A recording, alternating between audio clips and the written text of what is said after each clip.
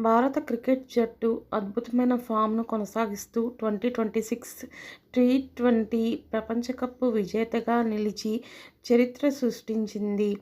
2007, 2024 మరియు ఇప్పుడు 26 విజయాలలో భారత్ మొత్తం 3 సార్లు ఛాంపియన్‌గా నిలిచింది. అహ్మదాబాద్‌లోని నరేంద్ర మోడీ స్టేడియంలో జరిగిన ఫైనల్స్‌లో న్యూజిలాండ్‌ను 96 పరుగుల భారీ తేడాతో ఓడించి భారత్ ఈ టైటిల్‌ను కైవసం చేసుకుంది. ఈ విజయంలో కొన్ని అరుదైన రికార్డులను నమోదు చేసుకుంది కూడా.